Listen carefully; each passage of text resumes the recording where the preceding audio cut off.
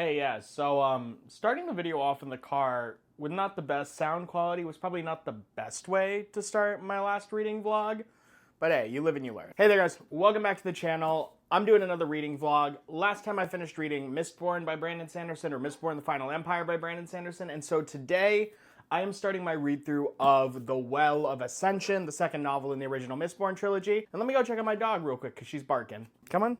Yeah, come in here. Apologies. She took a bath and does not like to be left out even when she should be sleeping in her crate to dry off. Anyway, like I said, I really enjoyed the first Mistborn, and I'm really excited to start this second entry into the series. I'm really interested especially in where the story is going to pick off. Last time they were able to take out the Lord Ruler, and now Elend and Vin and the Kelsier's old crew, without Kelsier who tragically died at the end, are now in charge of the Final Empire, but it's hinted that this is going to have some problems, and so I'm really interested to see how everything is going to be handled. Sanderson did a really great job in making this believable conflict in the first book, so I imagine this one is not going to be any different. And those are kind of my pre-thoughts. And now let's get into actually reading.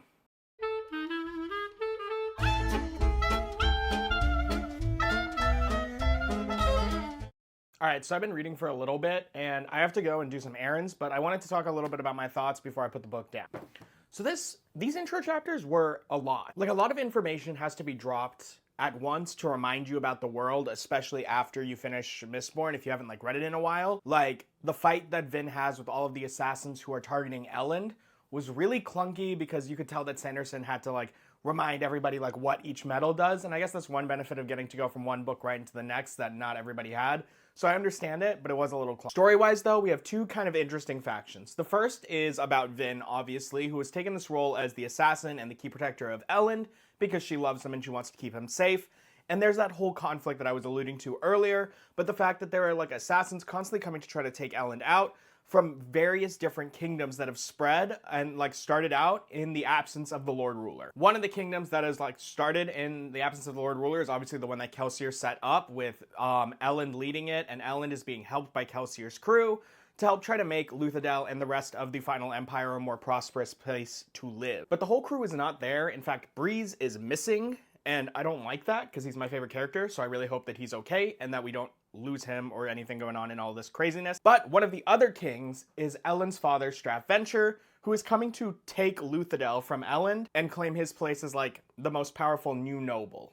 And they cannot let that happen because Strathventure is this really terrible human being. And that's kind of most of Elend's story so far. It seems to be how are we going to rebuild Luthadel without losing it to these more powerful kingdoms, especially with issues like Atium being in short supply, the fact that even though Elend is a king, he has opted for this parliamentary style government, so not just an authoritarian, just I tell everybody what to do. And obviously that's made things a little bit more clunky and less efficient than the typical Lord Ruler style, even though it is better for the people living there. All the while, Vin is having to deal with these assassination attempts and a mysterious figure that's known as the Watcher that seems to be scouting Vin for something. He didn't kill Vin when he might have had the opportunity to do so, but he seems to be watching Vin for something, and I'm trying to figure out what that is. I'm starting to think that maybe it's related to the mist, because Vin starts talking about how in the moment where she was fighting the Lord Ruler, she felt like she got some power from the mist, but she can't seem to tap into that again. And also she noticed this mysterious form in the mist. So the mist is definitely tied together somehow to the Watcher. That's my theory, but we'll see as time goes on. I am actually a little bit worried about the obsessiveness that Vin has with Elend, this very obsessive need to keep him safe and so he doesn't go away, but it seems like it's very unhealthy to her, and I'm wondering how much of a toll that's going to take on her as a person. And there was also one last thing I wanted to comment on before I moved on. I got back to reading, which is there's this point where she is thinking about Kelsier and Kelsier's legacy, and she really has this line. Let me see if I can find it. Can't really find it off the top of my head, but I did take a gist of it, and it says that she is constantly seeming to decide between whether or not being like Kelsier, which is what she feels she's becoming, is a good thing. And I found that very interesting because we end book 1 with Vin basically saying, I've known a few great men now, and Kelsier is one of them, but I'm wondering how her perspective has changed as this year since the original Mistborn has ended has gone by. But yeah, really strong intro. Gotta get back to reading. Gonna run some errands first.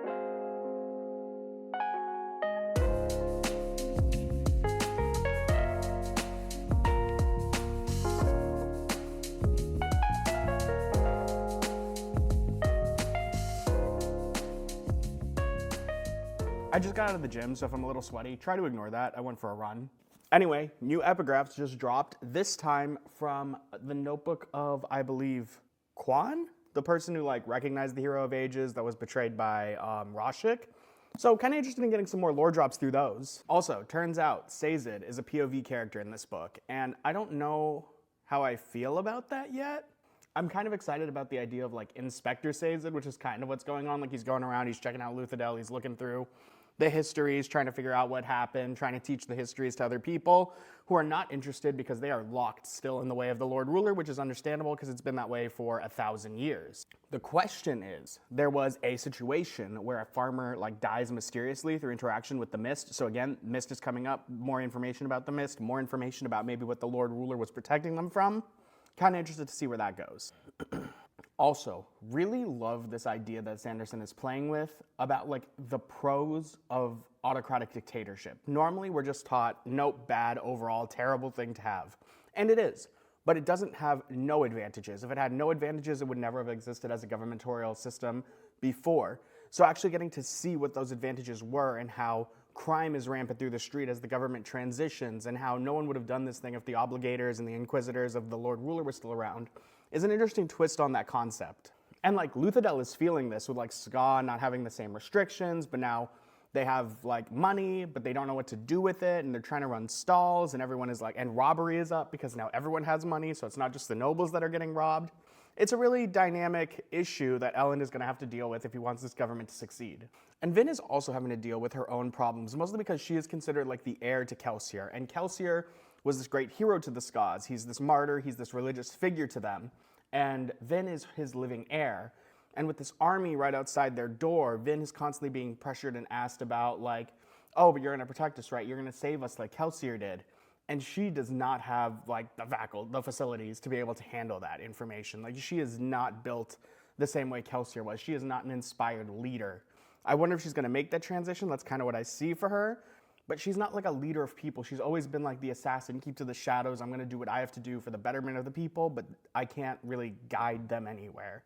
So kind of interested to see how Vin develops. Another thing I need to develop is the way she treats Orsur, because I understand that she has issues with Orsur, who ate Kelsier's body for the plan, but I don't like the way that he is being treated by her. And even though I know there's a contract in place and that like he can't betray her, I don't believe that, okay? I believe that everyone will betray somebody if they're pushed too far, and Vin is not doing a great job of treating him kindly. Although there was a really interesting discussion about him that I did find kind of cute, even though she has mixed feelings on Kelsier, where Ellen is asking like, okay, if you watch over me, who watches over you, to Vin? And Vin responds in her head immediately that it's Kelsier. And I love that. I love the bond they shared, even, and it's not even completely shattered, even though Kelsier went and died the way he did without telling anyone the plan. Also, speaking of Kelsier, I do love that Ellen finally confessed to Vin that Kelsier did try to save his life the day he died out of the love that Vin knew he had for them. It just goes to show that like Kelsier didn't die the same noble-hating person as he did as he was at the start of the book. Like he still hated them, but he understood there was a capacity for change in some of them. But I don't like this idea of Dox and Ellen having beef, or Dox not being able to really get over Ellen being a noble. Whatever it is, whatever the source of the argument was, I'm a little bit nervous about where that goes, because Dox and Ellen together are going to probably make like a power team, and I'm confident that if they both live to the end of the book, they're going to be friends. But I need that to happen because I hate when the crew is bickering with each other. Also, Spook has returned now. That's where I ended up, and he is telling us that there are stories of Atium actually spreading about again, and how like it's all in the Lord Ruler's castle. And I'm wondering who is spreading them. My go-to guess is that it's Breeze. Breeze has a propensity for spreading rumors. He's not with the Luthadel forces right now. He's out doing something else. But if it is Breeze, I hope that does not mean that he's turned on the crew. I doubt he would, but I just need to know why he would do that. If he did it, if it is him, he did it for a plan. I just need to understand what the plan is. But anyway, those are my thoughts about like where I'm at right now. I'm gonna keep reading, gotta go to work and all that stuff, but really excited, really enjoying it. Not as much as I enjoyed the first Mistborn, to tell you the truth, because I miss Kelsier, but it's still not bad. Looking forward to reading more, and I'll let you know my thoughts when I get there.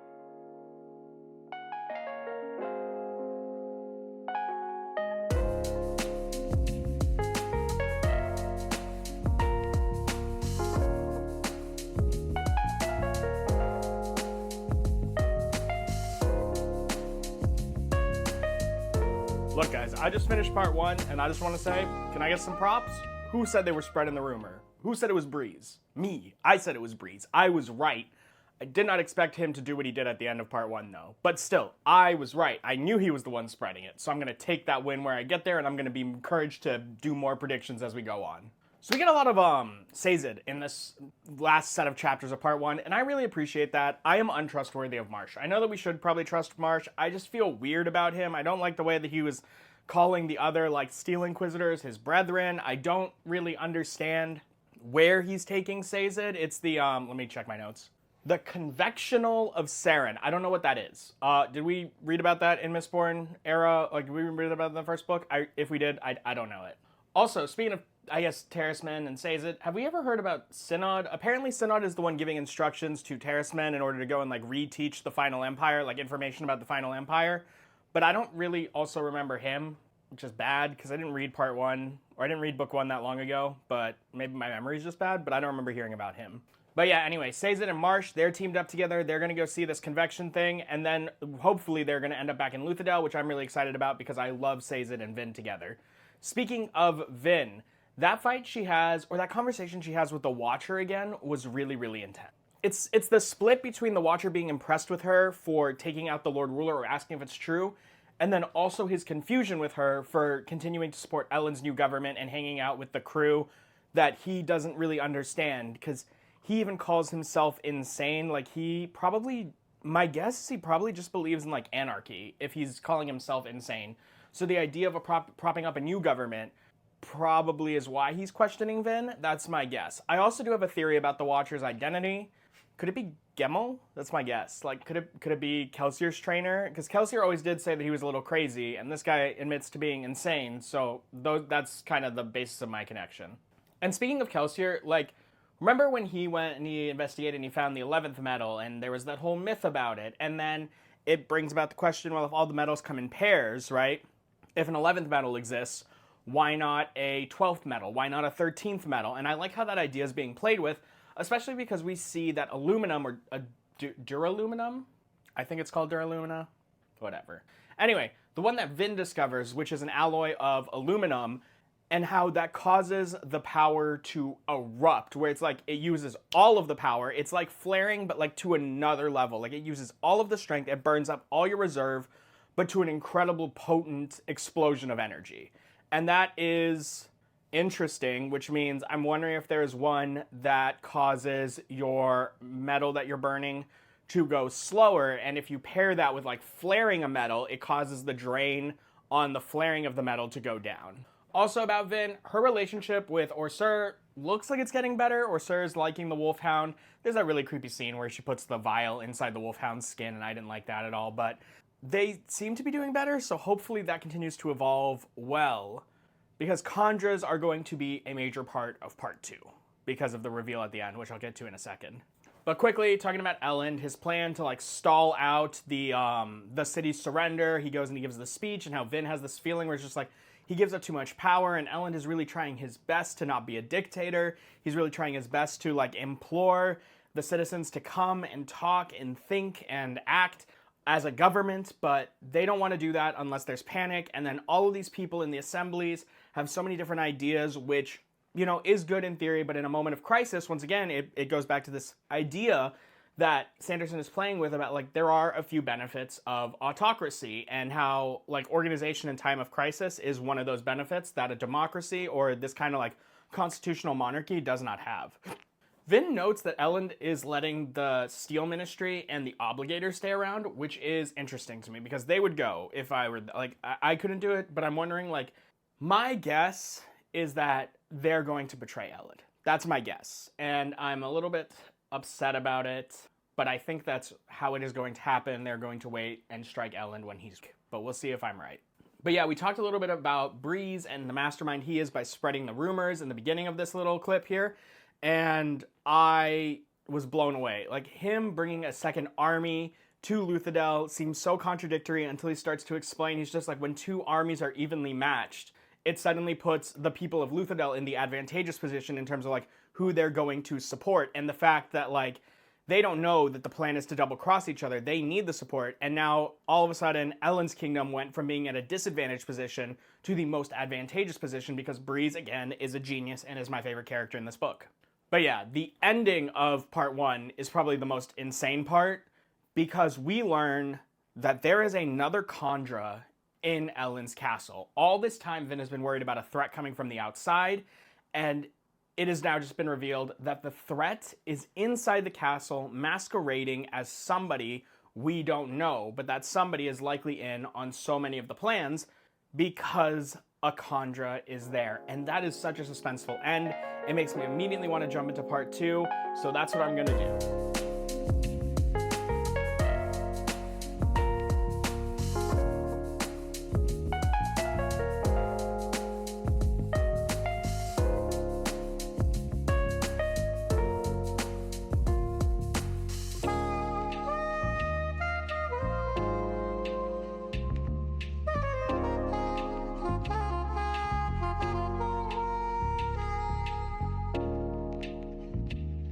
Okay guys, I'll admit, I'm liking part 2 way more than I'm liking part 1. Part 1 was a little slow, a lot of setup. Part 2 though, hits the ground running, loved it. Surprisingly, loving more of the Ellen and Vin chapters than the Sazed chapters, and I say that's surprising because Sazed's chapters have so much good lore in it. It's just, I'm so interested in the political intrigue happening in Luthadel that it's hard every time we step away from it. But yeah, it's really cool. Sazed's perspectives have a lot of really unique information, especially as they enter the convectional of whatever, don't remember what it's called, I keep seeing it and I keep forgetting it, but it's where I think the Steel Inquisitors are made. Like we're seeing the tables that I think are all used in order to transform someone into an Inquisitor. But that's not even the most important part, because along with like getting to see a little bit more about the details of Furochemy and how that works from Sazed's perspective, we get this message from Quan, the person who identified the Lord Ruler, and it's like the first piece of Terracemen religion that has been found. And it's very interesting that it was found in the Steel Inquisitors area, which like the Steel Inquisitors were their own religion, so it's interesting that it was there. Obviously, Rashik knew about that, but kept that there for some reason, and I'm wondering why. There's no way that the Lord Ruler did not know that that was there. Also, there's this part where, so Sazed is traveling with Marsh, and Marsh leaves him to go into this room where the Inquisitors are supposed to be, and he tells Sazed not to follow, and I thought the quote that he says is really interesting, which is, "I do not care if you witness the Inquisitors' atrocities. I just do not wish to be with you when you do." And I don't know if that's a hint at anything deeper, or just the fact that like Sazed likes to narrate what he sees for his copper mines in order to remember. So I'm wondering if there's more to that there. But there's definitely something going on with Marsh, and I am nervous about it. Like, I don't know if something's messing with his mind, like the spikes through his eye, like it's twisting him. I hope not. I hope Marsh is still good all the way through, because he is this last remnant of Kelsier, and I don't want him to suffer more. But like, reading Sazed's chapters very much reminds me of Avatar: The Last Airbender and the internal struggle that Aang has, where Aang has so much of this desire to bring and respect the air nomad culture because of what happened, much like how Sazed is so tied to the Terrace culture, but he wants to be with his friends, but being with his friends does not serve the cultural identity of the people. So he has to always find these excuses, and how he's somewhat excited about an excuse to go back to Luthadel to see Vin in particular. And I'm also really interested for that to happen, because there's a new Terraceman in Luthadel, or Terrace woman in Luthadel, whatever, I'm trying my best, Tin. And I think their dynamic's going to be very interesting, because Tin Willen seems to be Ellen's Terrace woman, whereas like Sazed is clearly linked to Vin, and they are so diametrically opposed, much like how Vin and Elend are very opposite in terms of people. Their advisors kind of like meet the roles that they bring to each other. Whereas like Elend is very soft, Tinwin's very hard, whereas Sazed's a soft guy, or a soft-spoken guy. Vin is very harsh and direct. Like, it's a good blend, and I'm excited to see what Elend can learn from Tinwillen, so long as this is not a bluff. That is something I'm concerned about. Like, is she playing him? Is she like just telling him what he needs to hear? Because Elend does need to grow as a leader, but I'm worried about, is he being played? I also talked about earlier how like Orsur's relationship with Vin kind of concerned me, and how they didn't have this friendship and it seemed very intolerant of each other. But that seems to be growing because Vin is taking some more genuine interest in Orsur. And yes, it is in somewhat service because there's a conjure and she's trying to learn more about the conjurers to be able to identify the threat towards Elend. But that doesn't change the fact that like she is being a little bit more respectful to Orsur. And I appreciate that, and I hope that is something that can grow because these two could make a very good team together if they were able to actually tolerate each other's presence more than just beyond it's a contract. Especially because there is something in the mist. And I think that Orsur would be able to detect that more than a regular human, but there is something in the mist, and it keeps making Vin think about the Lord Ruler's last words, and there is some connection there. Something is up. There is a deeper meaning to what the Lord Ruler said.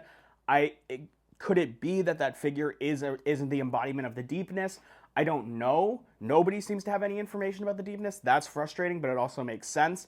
I'm just worried. And Vin's panic at this idea of the mist being taken from her, the mist being someplace she felt safe, and that being stripped from her because of this entity is really upsetting me. Orsur also mentioned something about how, like, to Vin when they're talking, that there's no such thing as a rogue conjurer, and that's a lie. There has to be. There's no such... this is setup. This is foreshadowing. I'm very convinced of it. I'm just not sure what that's going to lead into. But Elend is where I think the story has really shined. Elend thinks about Kelsier a lot as this leader of the crew, as this man who did the impossible, and it is very neat to see Elend, even though he may not be thinking about it necessarily, he is doing things that Kelsier would do. Like his plan to pit the armies against each other by playing both sides is a very Kelsier move, and I like that the crew identifies that. They want to work with him, but it is something that like is a little bit dangerous, and I'm hoping he can pull it off. But yeah, those are my thoughts so far. Gonna keep reading, but wanted to stop, share some ideas. Let's keep going.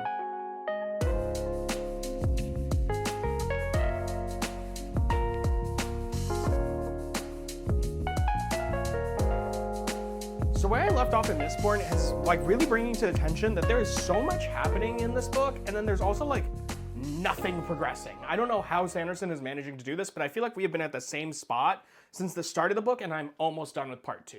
But basically, we're getting a lot more detail about all of the weirdness that's going on, and Sazed is the one that particularly like brings this along because Marsh has disappeared. That's problematic. Have no idea what happened to him. Not even going to try to make a prediction. But as Sazed is returning to Luthadel, which is where he thinks is the right place to go right now, and to warn Elend and all the people about the mist, he comes across this like town, I guess we'll call it, where he notices that so many of the people at this town, so many of the Ska there are dead because when he finds a survivor, the mists have been lingering around them for months or for days and weeks. So because the Ska have this fear of like going out into the mist, some of them have like starved to death, but some did go outside, and we start to learn something really weird, which is that the mist is like arbitrarily killing people. Like some people it will let escape and go, other people it will kill, and we don't really know why yet. I'm wondering if it has to do with like them having allomancy traits in their blood that they're dying, but that's just like my theory. I don't really have much else to go on besides that. But as Sazed is running back to Luthadel, he stops, he notices the Colossus, which is really cool. We heard mention of them in book 1, but actually getting to see them in book 2. They are frightening creatures, and somehow they found themselves under the rule of Jastes, who I just did not see him being a relevant character anymore. So kind of crazy that he's going to be this third army now approaching Luthadel, except he has uncontrollable beasts at his disposal. Somehow he is controlling them, but he does not seem super confident about it. But that brings like another army into the fray, and that's one more thing for Vin and Elend to deal with, along with the introduction of Zane, who is this new Mistborn, who really lame name, but super creative character, very interested in what he's going to do in the story. But I do think I want to talk about Vin to connect him to Elend and Zane, because we learned that they're actually half-brothers, which not sure how that works, because I thought that lords were supposed to kill the Ska they slept with, but I guess not everyone's enforcing that law, so... But yeah, Vin and Elend, their relationship is like progressing, I guess. Although I learned that they don't sleep together, and I don't know why I thought they did, but Vin has her own room that she lives in, so I guess I'm wrong there. But Vin is spending a lot of time trying to figure out what is also going on with the mist by looking at the Lord Ruler's logbook, and I think that's really interesting because I like that that resource did not just disappear. Like, it was important. Sanderson mentioned it, and the fact that it keeps coming back, and she is looking specifically for information about this thing in the shadows of the mist. And what I'm starting to piece together here is that this figure in the mist is connected to the Hero of Ages prophecy, because even in the logbook, Aelandi, whatever, the original Hero of Ages, or the person that was supposed to be the Hero of Ages, he talks about also seeing the figure in the mist, but that the figure in the mist did not hurt him, but would hurt other people. So I'm wondering, as we learn more about the Terrace prophecies, does that have something to do with it? Like, if you are someone who can qualify to be the Hero of Ages, can this figure in the mist not harm you? But let's talk real quick about Elend and Zane. Elend is growing a lot. I'm really enjoying his growth as a leader under the stewardship, or under the leadership, the growth of his steward. What's her name? Tin Will. I'm going to remember this. I'm going to remember this name. But I have to keep looking at my computer because I'm like, who? Anyway, I really like the way that she is helping Elend grow. And there was this really good point in their relationship where, like, Elend is so willing to take all of her criticisms until she starts to criticize Vin. And then immediately Ellen's like, no, we're not doing this. I don't care what you have to say about me, but you're not talking bad about her. And I love that. I love that it is not just when they are on page together that they have a very strong bond, but how that bond persists even when they're away from each other. And Tinwin's mentorship of Elend is effective. You feel it. He's looking more kingly. He's making more decisions. He's earning more respect. But I'm interested in how everything is going to, like, play out with him. And I'm hoping well, because he's growing into being one of my favorite characters, but his, like, inferiority complex of Kelsier is really not helping things. But I do like the advice that Clubs gives him, where it's just like, Kelsier was kind of an airhead, not an airhead, Kelsier was kind of an unserious person until he hit the Piss of Hassin, and that changed him into being the man that everyone reveres. And then he says this, like, really cold line to Ellen, which is like, well, Ellen Venture, will this siege be your Pits of Hathsin? And I think it will be. I think at the end of this, if Ellen survives it, he's going to come out a very competent, very strong ruler. And I'm excited to read that. Let's talk about his half-brother, though, who might be one of the most insane characters we have ever seen. So Zane, we learn, is the Watcher, and he is the son of Ellen Venture. He's this bastard son of Ellen Venture. Straff Venture, not Ellen. I don't know what's going on. Anyway, he is obviously a Mistborn, and he has a voice in his head that is constantly commanding him to kill things. So it's understandable now why he said that he was insane. Not to mention the fact that he has, unfortunately, self-harm habits. He cuts himself regularly. And on top of that, he is playing this game with Straff Venture where he's just like, yeah, you know, you expect assassination attempts from me, so I'm going to try to kill you, but I'm not even going to take it that seriously. And yes, you think you have control over me because you think that I need ATM, like I'm some addict to it. But joke's on you. One, I'm not addicted to it. And two, I already have a stockpile of it for myself, which I don't know how that works. I'm interested in knowing more about that. But Zane is really building himself up to be a very frightening character, actually. That said, he does hate his father. And it's very much out of this whole, like, I'm sticking with him because he's all I have, he's all I know, but I don't like him. So I'm wondering if he is a redeemable character. And I hope he is, because he has this line talking about how, like, he wonders if Vin can be the person to save him. And I hope so. He seems like in his, like I believe there is good in him. I just think that he's struggling a lot, obviously, with his mental insanity, and then, you know, having Straff as a father. And speaking of Straff, can we just talk about how funny it is that Straff does not believe that Vin killed the Lord Ruler, because he cannot understand how the person responsible for the Lord Ruler's death, the person for killing the unkillable god, could ever be interested in his son Elend. And if that is the case, then there's no way that she could have done it, because how could Ellen have pulled that level of a girl? It's really funny. It is a really creative way that Sanderson has written to have Straff Venture really hate his son, like really talk down on his son. And honestly, it was a much needed bit of humor. But Straff is just overall revealed to be this really horrible human being. Like, the way he'll treat his mistresses is awful. The way he treats Zane is awful. The way that he seems to, like, feel like he has a constant power over Zane. He mentions the fact that there's, like, a woman that holds power over Zane, so I'm wondering, like, how that's going to work. But he has got to go. Somebody's got to kill him, and I hope it's Elend. I hope Elend is the one that kills him. but I'd also be okay with Zane killing him and being free of his captors and then joining the good guys.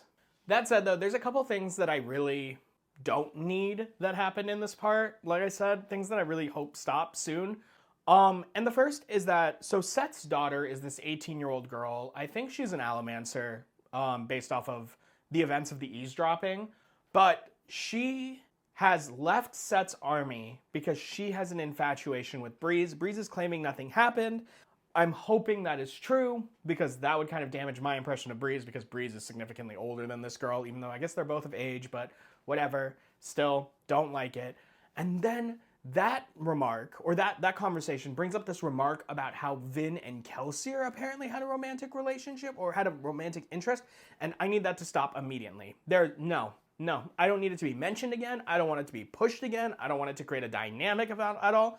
Vin and Kelsier were a father and daughter. He mentions that at the end, how like Mare always wanted a daughter and how he sees that in Vin. I do not need this romantic push. I need this to stop immediately. It's gross to me. Please don't make me keep reading. But I guess, speaking of Kelsier, we also get some more insight into the true reason why Vin hated Orsur, and it's revealed it's because Kelsier told Orsur the plan, and he did not do anything to stop it. Not that he could, because he was bound by the contract, but Vin is really bitter about the fact that it's just like, you knew what Kelsier was going to do, and you didn't tell anyone, you didn't do anything to stop that, and she hates him for it. But that hatred has like died over time, and has evolved into this like really deep level of understanding. Like the two really have this heart-to-heart, and I'm glad that it happened. And I think what is going to happen is that eventually this contract is going to expire, and he is going to willingly, or Sir is going to stay with Vin because she is going to become like one of the best people he's ever worked with.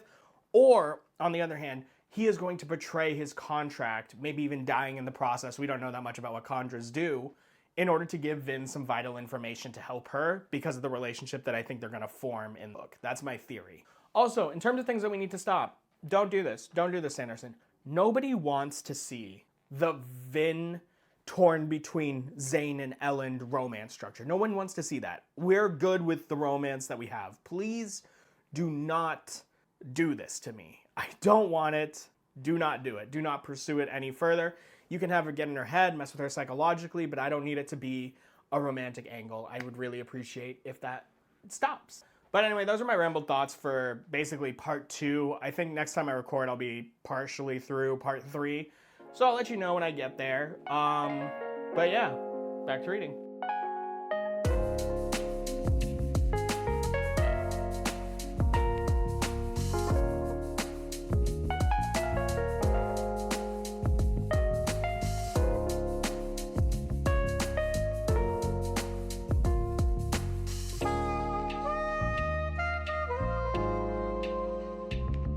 Hey guys, so I got into a really good reading flow this morning. I finished part 2, I finished part 3, I started part 4. So real good flow, but I got some things I need to talk about.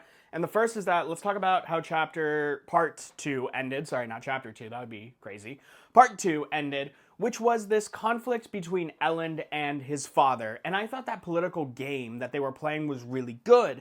And I like the stress, the fear that Elend was able to put into Straff's heart by holding Vin over him. This is like, do you really want to try this? She'll kill you if you mess with me. And I thought that was really, I like that because that was Elend's form of like showing respect to Vin, but at the same time, Zane is such a good manipulator in getting into Vin's head and making Vin feel like Elend is using her like a tool that like, not loving, like Elend just keeps stepping in it, and I'm not loving the impact I fear that's going to have on their relationship, which is a big problem for me because I really don't need this Vin and Elend tension. Like later in part 3, there's this moment where like Vin is all horrified that she had to kill people in front of Elend and worried about Elend seeing him differently, and then Elend has this part where he's just like, spooky. And I'm like, Elend, you know she's an assassin. You can't be freaked out about this kind of stuff. Anyway, let's talk a little bit more about what else is happening in this part. Elend gets back from Straff Ventures camp, learns that he has been ousted out of kingship. Don't know why I couldn't speak there. And he has to deal with that ramifications for most of part 3, which again brings another issue that I think that this book is happening, which is so much is being written But story progression-wise, not a lot is happening because Ellen gets ousted as king and he loses the election by the end of the part. And so we're still left in this turmoil. And yes, it was suspenseful. Yes, the political intrigue was really good. Yes, some of the characters brought up, like Phylon and Penrod and Set, who somehow snuck into Luthadel. Insanity. They all had like really good conversations. But again, I just feel like we're not moving the way that Mistborn Final Empire moved. Mistborn Final Empire was moving, and Well of Ascension feels like it is dragging a little bit, at least to me. Sorry if that's not what you want to hear. What I will say, though, speaking about the Well of Ascension, is that there's actually been a lot of good lore regarding the Ascension, the myth, the Terracemen prophecy, with what Alendi was supposed to be doing as this hero of ages, and how Quan thought so firmly that he was the hero of ages, but then renounces him near the end because he doesn't fit the profile truly. He was trying to force it to fit. And how Vin is likely being set up to be this hero of ages, and how Terracemen, how Sazed is going to be the Terracemen that announces her to the world bringer, I guess. That's my prediction of how this is going to go. And in that vein, Vin is right about the mist. She brings that theory up that the mist is probably the deepness. Sazed challenges it, but eventually after studying with Tinwyl, they assent to this idea that Vin is probably right. But I don't think it's just like the mist itself. It's that shadow in the mist that Vin keeps seeing that I think is what ties her to being the hero of ages.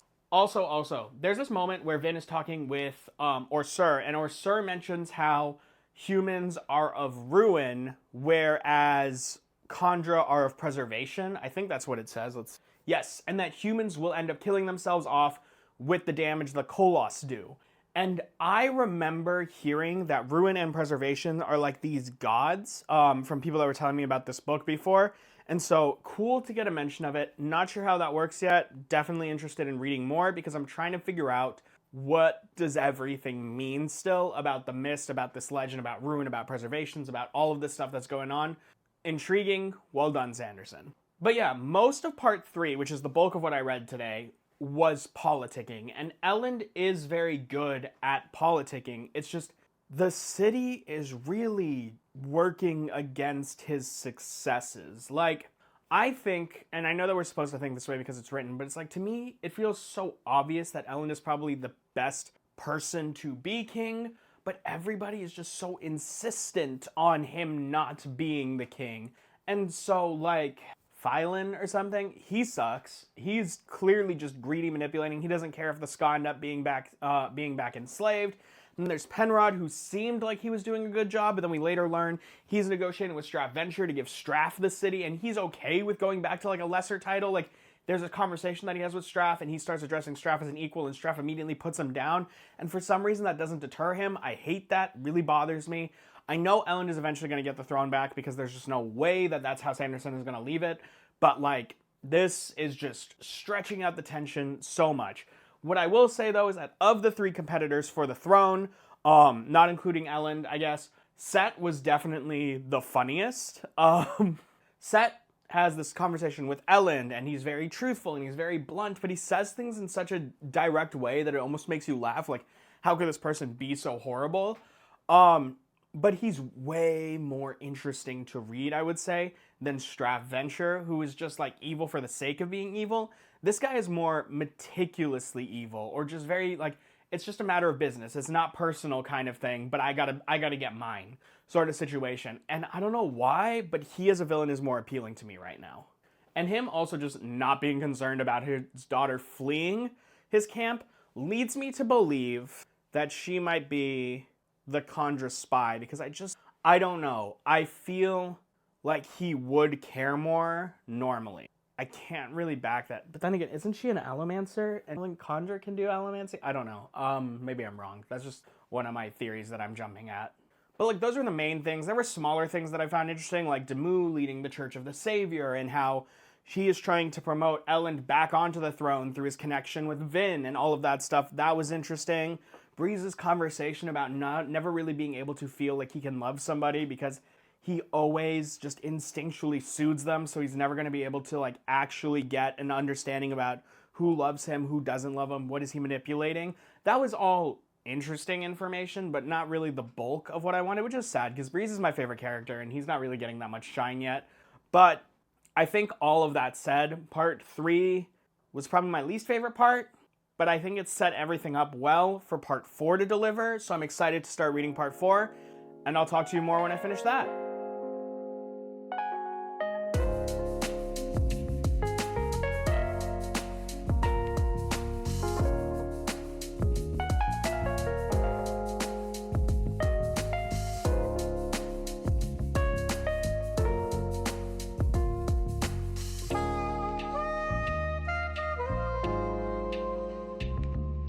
Can I get a rip bozo in the chat for Zane and Straff? Because they are both cooked. Straff just doesn't know it yet. And you know what? Toss Set in that mix too after what Zane and Vin did to his whole army. So it turns out the only Venture having a good time and anything happen positively in this part is Ellen and of course Miss Venture, because Ellen and Vin finally got married.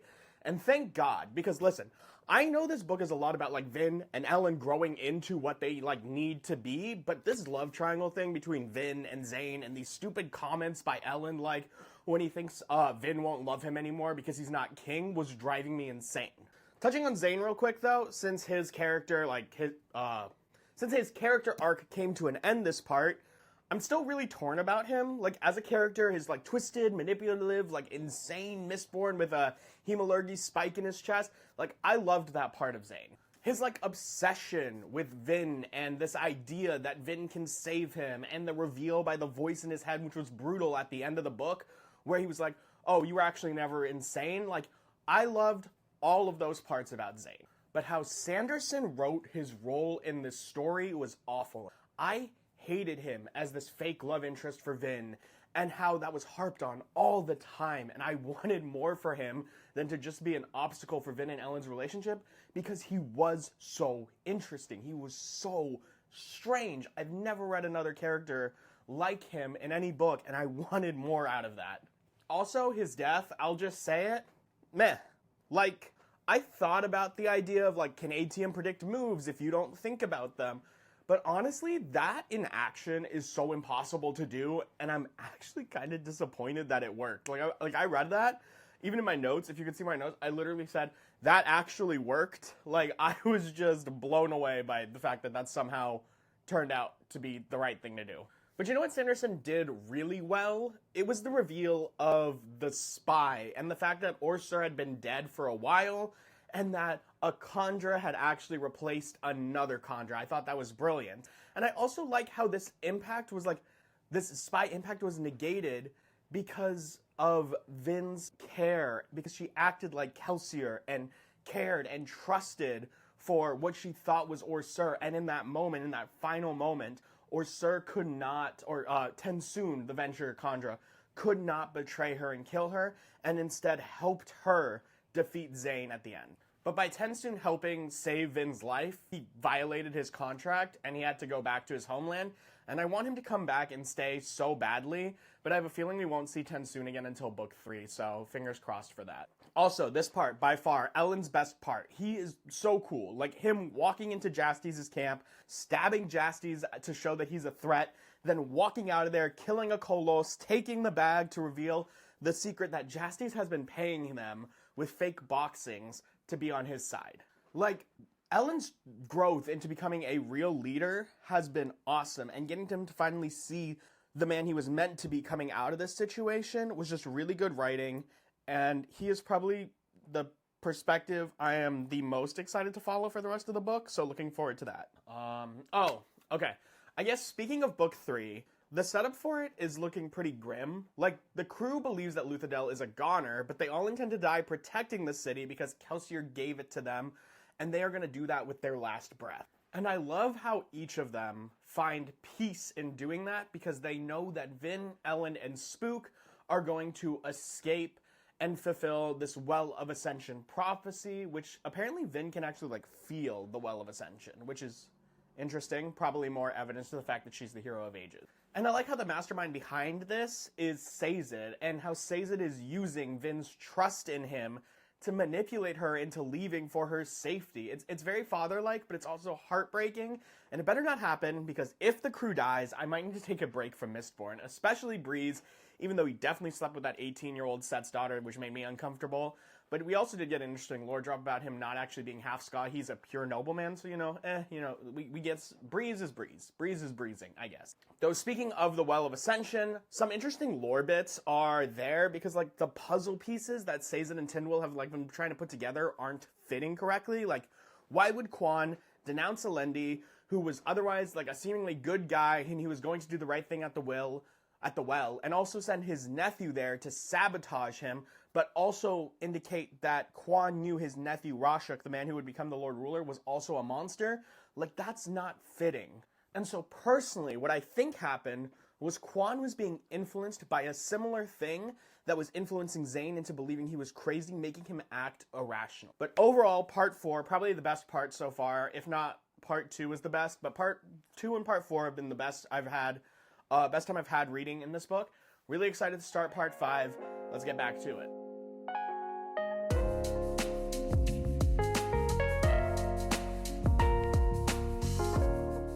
So part 5 was amazing. Sad, but amazing. And I'm telling you what, I think I'm getting to the point in the Sanderson book, which is what I've noticed is typical for Sanderson books, where no matter how slow it starts, by the time you start getting to the end parts, it becomes just amazing to read. But let's talk about this siege on Luthadel, because that is the main issue that this part tackles.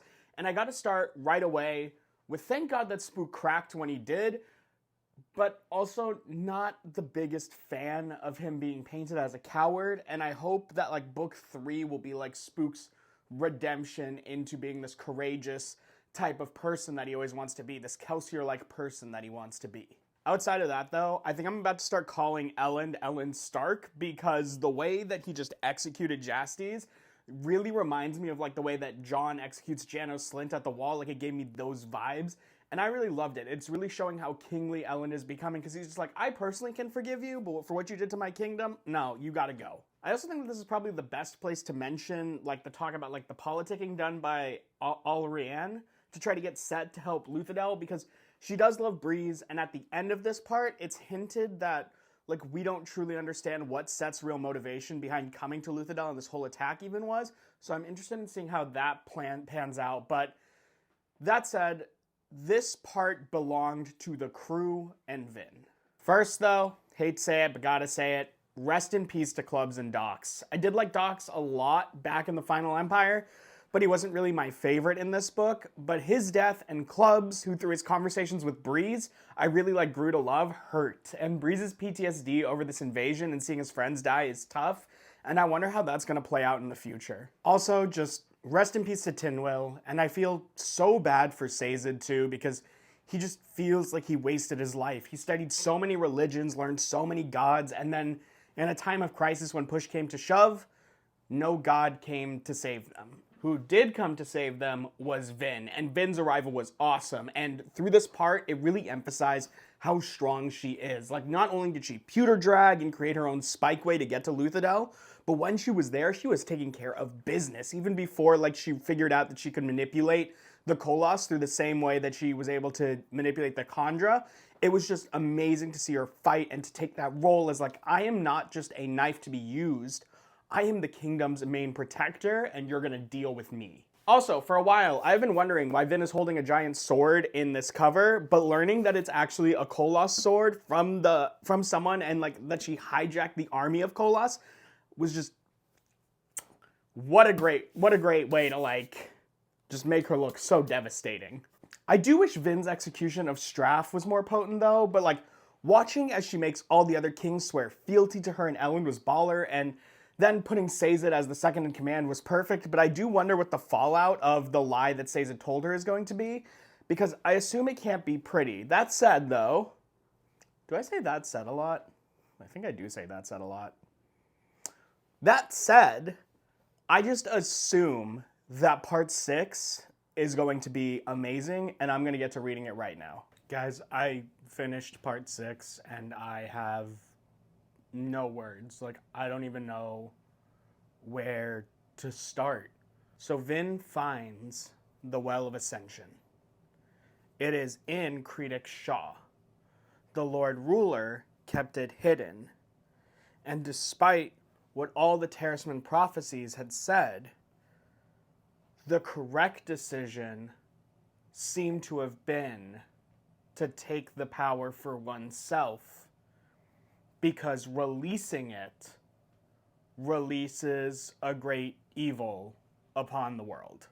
And that great evil seems to have the ability to mess with anything that has a spike in its body, like how Marsh turned, like how the Steel Inquisitors went to go eliminate the terrorist people. I just am so shocked by what I just read. Like, are we to understand that when Seiza took the rubbing in the confectional of Saren, that the rubbing got manipulated and he was reading the wrong information? I mean, that reveal at the end of the book, the epilogue, it's him going back in and reading what Quan had actually said. I just don't even know where to start anymore. I don't even know what to talk about. Like how he knew Alendi was too good of a person to go to the well. And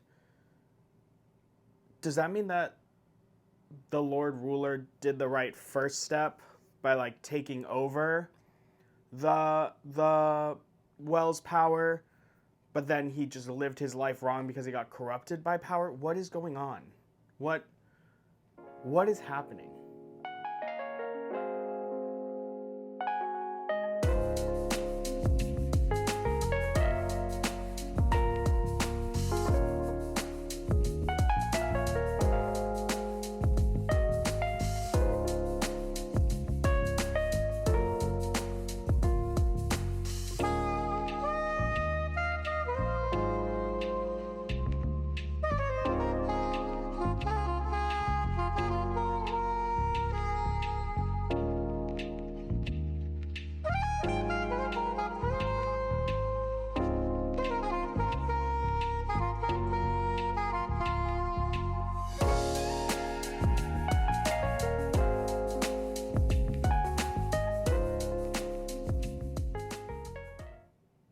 I really don't know. I have to start reading book 3 immediately. I have no idea what's going on. I don't... Okay. I'll post a little short review in a minute, and then I'm also going to write my full review on Medium, which you can check out in the description below. I'll also be... I don't know, dude. I don't know what's going on. Anyway, thank you all so much for watching this vlog. It's been really fun. It's been a great way of keeping me accountable to reading. Been a great way of bringing down my screen time. Really appreciate your support. If you enjoyed the video, please be sure to like and subscribe. That would help a lot. And until I return with another video, I hope you have a great rest of your day. And until next time, peace.